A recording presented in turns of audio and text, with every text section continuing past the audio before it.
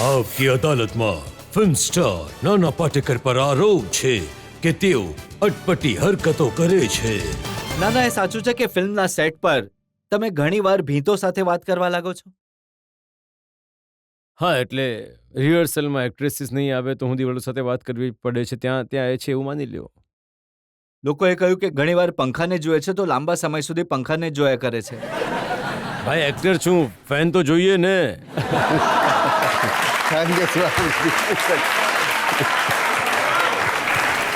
અને મેં એ પણ સાંભળ્યું કે જ્યારે તમને તિરંગામાં તમને અને રાજકુમાર સાહેબ બંનેને એકસાથે લઈ લીધા હતા તો લોકોએ મેહુલ કુમારને કહ્યું કે તમે ઘેલા થઈ ગયા છો, 2 ઘેલા લોકોને એકસાથે લઈ લીધા. એટલે એમ કહ્યું હતું કે ફિલ્મ પૂરી નહીં થશે, પણ હું એમને તમને જણાવી દઉં કે રાજ સાહેબ એટલા સરસ માણસ હતા. એટલે એમના વિશે લોકો કહેતા હતા કંઈક બીજું, એટલા પણ સારા માણસ, કમાલના. એટલે કે એ સાંભળીને હેરાન થઈ જશો. એ ઘરેથી ડબ્બો લાવતા હતા સ્વીટનો. ના આવી જા. એ બેસીને એ બાળકોને કેવી રીતે આમ ખવડાવે એવી રીતે એ અલગ અલગ રીતના હતા. એક બહારનું રૂપ અલગ હતું અને અંદરથી એમનું રૂપ અલગ હતું. Very nice human being.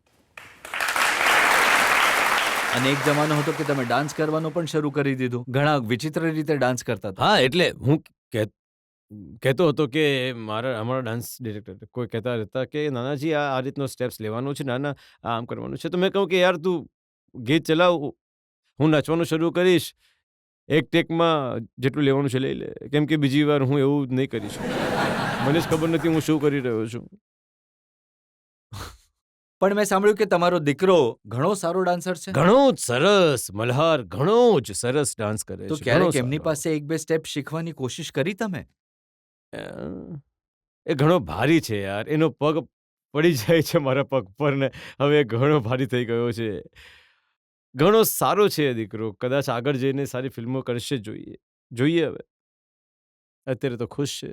તમે ડિસ્કસ કરો છો એમની સાથે તમારી ઘણીવાર એ તો એન્સાઇક્લોપીડિયા છે ફિલ્મોમાં. જે કોણે શું કર્યું અને બધું ખબર હોય છે એને. ઘણો જ સારો. પણ મેં એને કહ્યું કે યાર આ સલાહ આપવાની જગ્યાએ હવે તું તારું પોતાનું કર, શરૂ કર કામ. હવે લોકોને સલાહ આપે છે કામ પર, એટલે તું અહીંયા બેસીને તું સાચો છે ખોટું છે એ બોલવું ઘણું સહેલું છે. જ્યારે તમે પોતે કરો છો તો ખબર પડે છે કે શું સાચું છે ને શું ખોટું છે.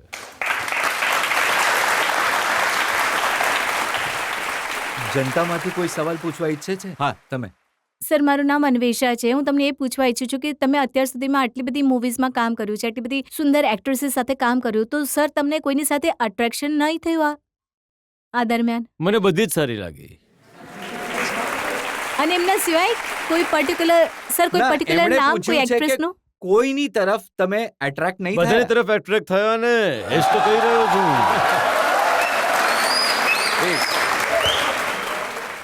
કોઈ એવી પણ હતી જેની તરફ થોડા વધારે એટ્રેક્ટ નહીં, થયા? બધાની તરફ વધારે જ થયો.